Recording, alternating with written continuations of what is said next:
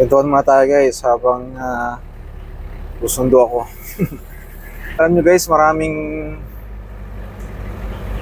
nangyayari sa mga churches ng mga Kristiyano. Alam nyo kung ano yun? Lumalablaw na ang ating evangelism. Ang mga conversion ng mga Kristiyano alamlam na.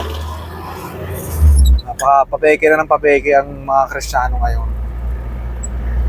At nakakabahala siya guys. Dahil hindi magandang senyalis yun. Magiging easy ang pagtanggap ng mga tao sa salita ng Diyos. Anong nangyayari? Tatanggapin nila ang Panginoon sa Kristo tapos wala magiging pagbabago sa buhay nila. Patuloy pa rin sa kamunduan, patuloy pa rin sa kasalanan dahil mali ang pagkaalam, pagkakilala, pagkaunawa sa salita ng Diyos. At dahil yun sa mga napakabababaw na mapagtuturo ng mga evangelism, ng mga soul winners. Mensahe ko lang sa inyo ng mga nagsishare ng gospel. Paunawa nyo sa kanila kung ano talagang sinasabi ng salita ng Diyos about sa kaligtasan ng isang tao. Huwag kayong agad-agad na magpapakonvert sa isang tao. Baptize tayo ng baptize. Tanongin mo yung babaptizean, yung candidate. Hindi na uunawaan ang kanyang ginagawang pagbabautismo. Sinabi lang sa kanya nung soul winner niya, after mo tumanggap sa Diyos, magpapabaptize ka na. Yun daw yung ganun ganyan. Yun daw yung sunod na gagawin.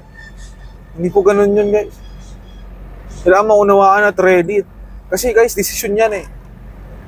Dapat gumagawa ng desisyon ng isang tao sa tanggap sa Panginoon. Isang malaking desisyon yan. Dapat willing ang isang tao na talikuran lahat. Yan ang definition ng pagsisisi ng repentance. Kaya hindi pwedeng maniwala ang isang tao sa Panginoon sa Kristo, manampalataya sa Kanya na walang nangyaring repentance una sa lahat. Dahil kung walang repentance, paano masasabing tunay na na-convert ang taong yan? Ang nangyari ngayon, puro lang tayo tanggap ng tanggap. Pinipilit natin ng mga tao na tumanggap sa Panginoon sa Kristo, hindi naman nila alam ginagawa yung kaagapay na kailangan responsibility ng isang tao. Kaya anong nangyari ngayon? Ang hirap turuan ng pananamit. Ang hirap turuan magbasa ng Bible. Ang hirap nila mag-pray. Ang hirap nila ngayon na mapunta sa church. Di ba? Nakatanggap lang sa Diyos, sa baptizan last Sunday. Tapos aatilin ng church kinalingguhan, wala. Ayaw na. Kasi hindi naman natin naunawaan na ang pagtanggap sa Panginoon Diyos ay may kalakip na responsibilidad. At mayroon kang desisyon kasing ginawa dyan na ang Diyos ang ating gagawing Panginoon. Maging master na ng buhay natin. Kaya masabi ko lang sa inyo na mga kakristyanuhan ngayon, wag ho tayo titingin sa number. Wag ho tayo titingin sa mas marami lang tayo masyaran at masabing may attendance tayo sa church. Make sure natin na tama ang kanilang pagtanggap sa Panginoon sa Kristo. Maging clear sa kanila yung kanilang gagawing desisyon. Maging maliwanag sa kanila yung kanilang gagawing pagpapasya na susunod sila sa Diyos. Diba? Kaya ako pa nag-share ako hanggang discipleship agad. Pinapaliwanag ko sa kanila anong mangyayari after nang tumanggap sa Panginoon. Pinapaliwanag ko sa kanila anong pagkatapos. Para malaman nila kung anong hinaharap nila. Anong pagpapasyang gagawin nila. Dahil marami dyan, gugulat na lang sila, ganito pala yung pagiging Kristiyano. Ganito pala yung pagiging isang tunay na mananampalataya. Ganito pala yung pagiging isang Baptist. Ganito pala ang pagiging isang tunay na Kristiyano. Andayan palang bawal, andayan palang hindi pwede, andayan palang kailangang iwanan, andayan palang hindi pwedeng gawin. Gugulat sila. Tapos yung soul winner, di na alam kung paano tuturuan.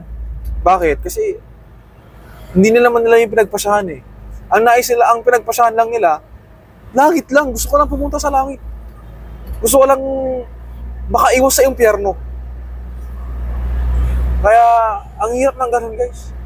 Kaya, tayong mga nagsishare ng salita ng Diyos, make sure natin na yung mga sinishare natin na mga tao sa paligid natin, guys, na yan ay sigurado at totoo. Alam nila yung kanilang pinagpasyahan, alam nila yung kanilang desisyon ginagawa. Huwag tayong pasigat lang sa numero ng ating mga dinadala sa Diyos. Huwag ganun, guys. Ano tayo? Nagiging tayong kasuklam-suklam sa Diyos, sa harapan ng Diyos. Yan lang, guys, masasabi ko sa mga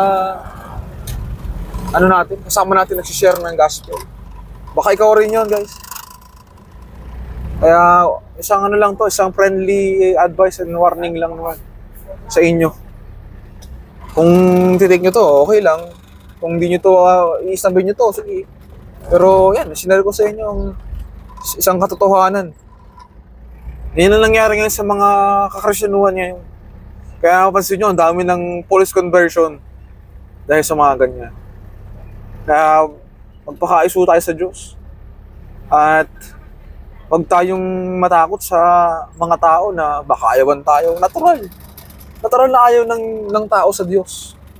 Natural na ang tao iniiwasan ng Diyos. Pero hindi yun ibig sabihin na iiwasan na natin katotohanan. You must share the truth, nothing but the truth. For we can do nothing against the truth but for the truth. Ganoon tayo, guys. Yan ang ating panawagan. Diyan tayo tinawag ng Diyos. At huwag natin pababawin yung ating panawagan sa Panginoon. So yun lang. So salamat sa iyong pakikinig. At if you want more videos like this, consider following us and subscribing sa ating YouTube channel for more videos like this. Yun lang, guys. Salamat po sa inyong pakikinig. Bye-bye.